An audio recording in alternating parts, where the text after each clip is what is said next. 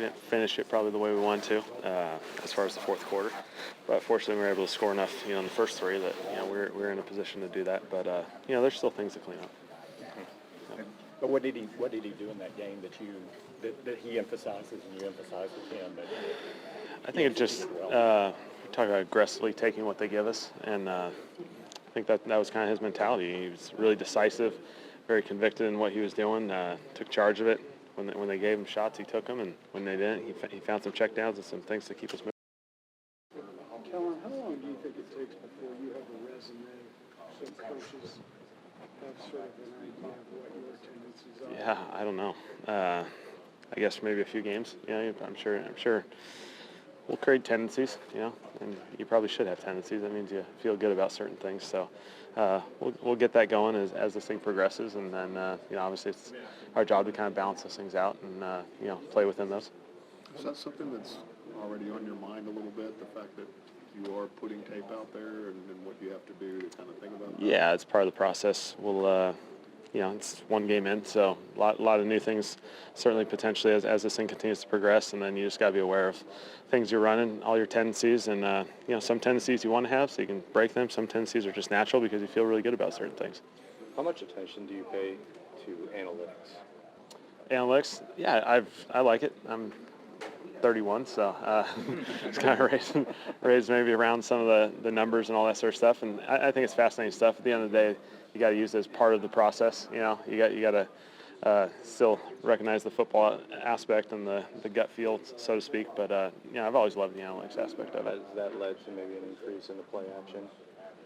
Yeah, I mean, I've certainly seen those numbers about play action being something really successful, and certainly something that we felt really good for a while. I think we're a really good team when we're able to complement the run game with a lot of play actions on those first and second downs, and then puts us in good positions. Did you find yourself at any part in that game going, okay, I'd like to run this, but let's save this for later on. There's no need to get it out there tonight, or is that all taken care of when you look at the game and approach it going in? Before? I don't think you worry too much about it. Naturally, in the fourth quarter, we started running the ball a little bit more, which we needed to do, and so yeah, there's gonna be stuff on our call sheet that we love that we never got to, and maybe it carries over this week. Maybe it'll carry over to a different week. But there's always things on there you'd love to get to, but you only get so many plays. What kind of differences do you anticipate being on the road for the first time as a player? Yeah, a little bit of crowd noise stuff, but nothing problematic. Obviously on the road, you just got to deal with the communication aspect, but I think we'll be fine.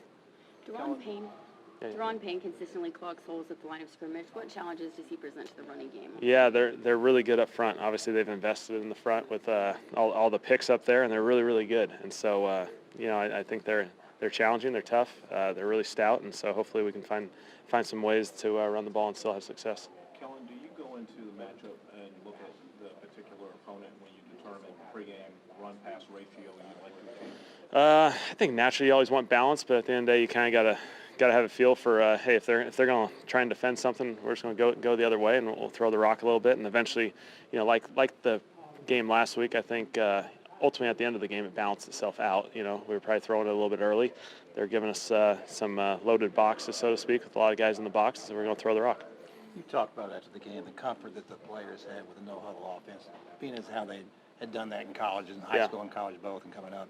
Does that give you any more comfort in calling and running that more often because of their comfort level?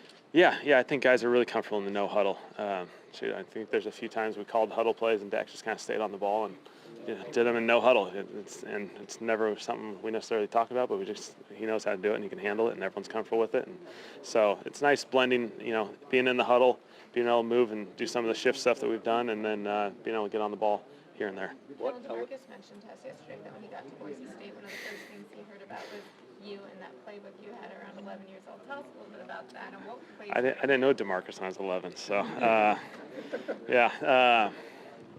don't know. I don't know exactly the story.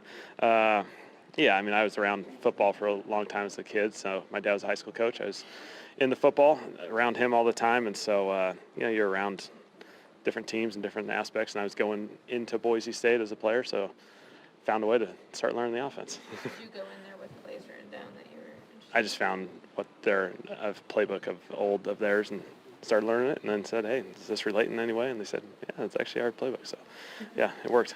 What element does Randall Cobb bring to this offense, and specifically Dak? Yeah, smart, savvy vet, just knows football, knows how to recognize defenses, how to maneuver them. Just a really, really smart guy. You have a lot of faith and trust in him. How has he been able to create such a quick connection with Dak?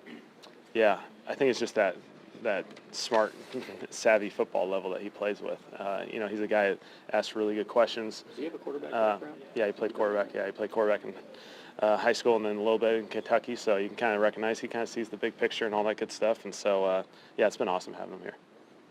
Let me ask you about the no huddle, but how do you view pace as how big of that is, and changing the pace to keep the defense off balance? Is that more than just the 2-minute huddle? I mean, is that? Yeah, we like mixing the tempo, kind of control the tempo, so to speak. You're going to shift in motion, you're going to huddle up.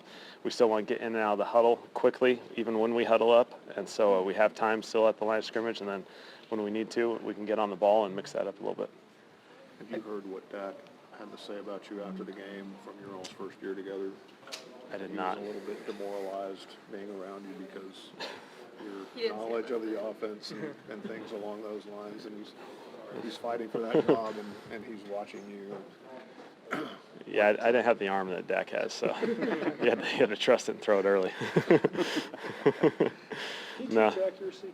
I think you kind of you got to rep it a lot. I think it's hard to, you got to throw strikes. If you don't throw strikes, I think it's hard to develop it quickly, over time. Certainly, Dak's done a tremendous job of just growing through his last couple of years, and I think where he's at right now is really special. But, I think it's a challenging thing.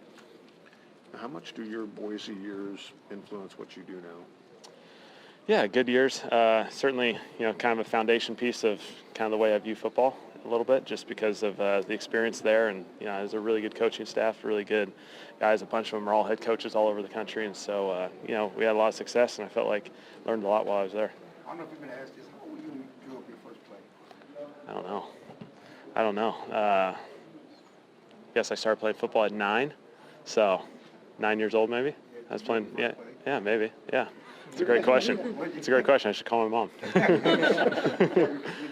mean, did you have a little playbook back then, or did you draw up a number of them and keep them in a book?